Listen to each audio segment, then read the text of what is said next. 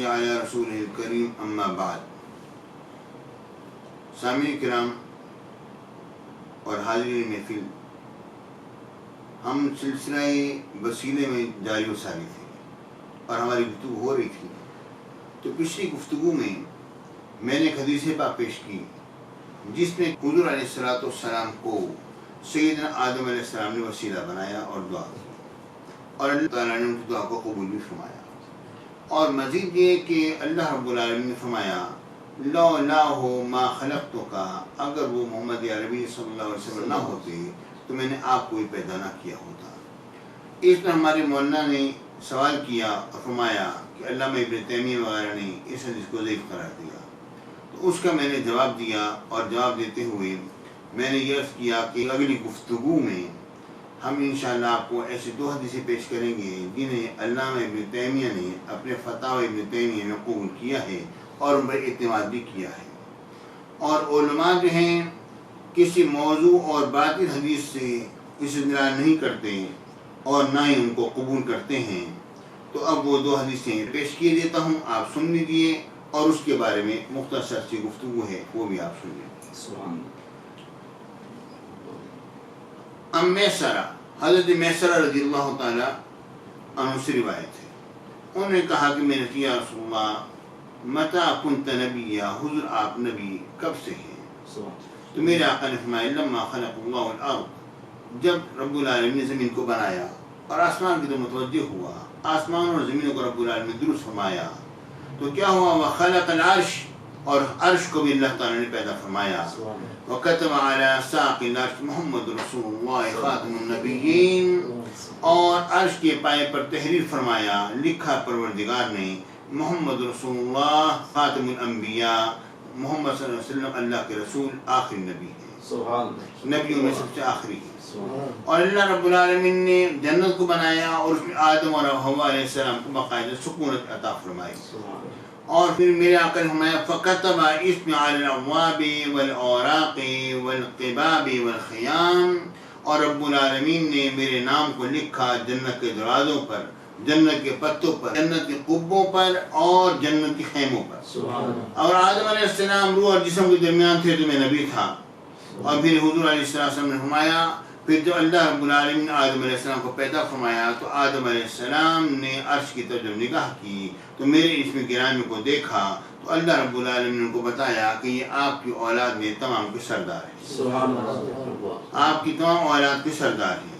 اور پھر جب کہ شیطان نے آدم علیہ السلام کو بہکایا تو اس پر بھی آدم علیہ السلام کیا کیا، تابا واستشفع باسمی، تو آدم علیہ السلام نے رب العالمین کی باریت میں توبہ کی اور میرے اس میں گرامی سے رب العالمین کی باریت اس میں شفاعت طلب کی، اور رب العالمین نے یعنی آدم علیہ السلام کی توبہ کو قبول فرمایا. یہ ایک حدیث پاک. اور دوسری حدیث پاک میں آتا ہے کہ جب آدم علیہ السلام سے جب دانا کھانے کا معاملہ ہوا تو آپ نے سر اقدس کو اٹھایا، کہا یا رب بحق محمد، اے رب تو محمد عربی صلی اللہ علیہ وسلم کے وسیلے سے اے پروردگار تو مجھے بخش دے.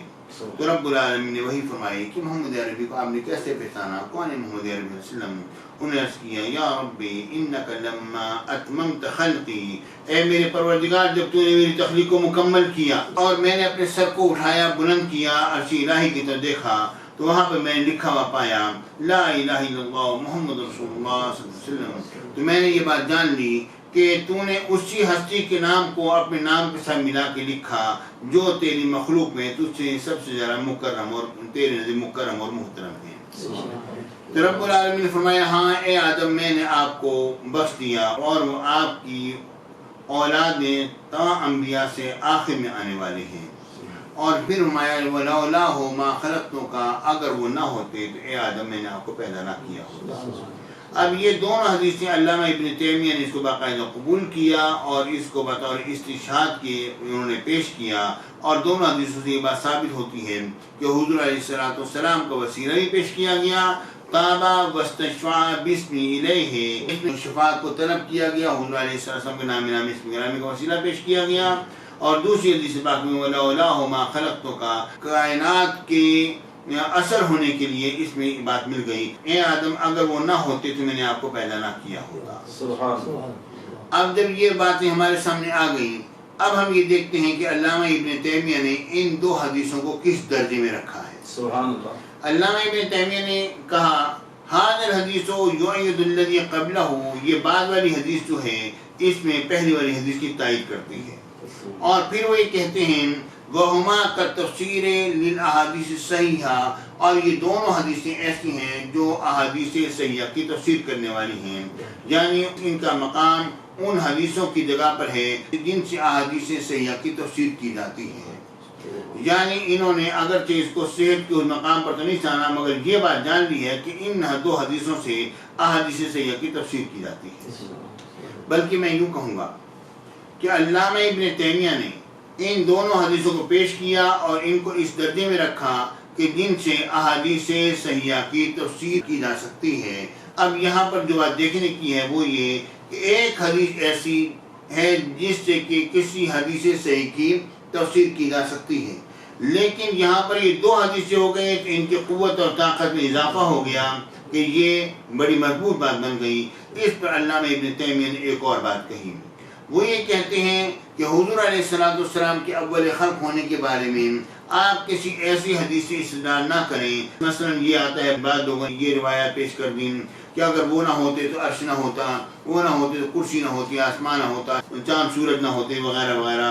بلکہ اس بات کا استدلال جو ہے ان آیات قرآنیہ سے کیا جائے جن سے یہ بات ثابت ہوتی ہے کہ اللہ رب العالمین نے ساری کائنات کو انسان کے لیے بنایا ہے، اور انسان میں افضل ترین ہستی حضور علیہ السلام ہے. تو ساری کائنات جب ان کے لیے بنے تو وہ ساری کائنات کی اصل قرار پائے، اور اس پر انشاءاللہ ہم گفتگو کیے رہیں گے آئندہ.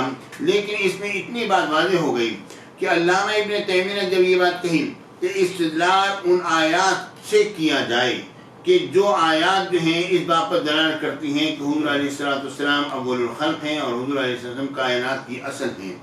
تو اس کے بعد کہتے ہیں یہ دو حدیثیں وہ ہیں جن کے ذریعے سے آپ احادیث صحیحہ کی تفسیر کر سکتے ہیں. یعنی وہ یہ کہہ رہے ہیں کہ یہ دو حدیثیں جو ہیں ان آیات کی تفسیر میں بھی کام آ سکتی ہیں جنہیں میں بطور استدلال کے پیش کر رہا ہوں، کیونکہ آیات ہیں بمنزلہ احادیث صحیحہ کی ہو گئی. ٹھیک ہے نا.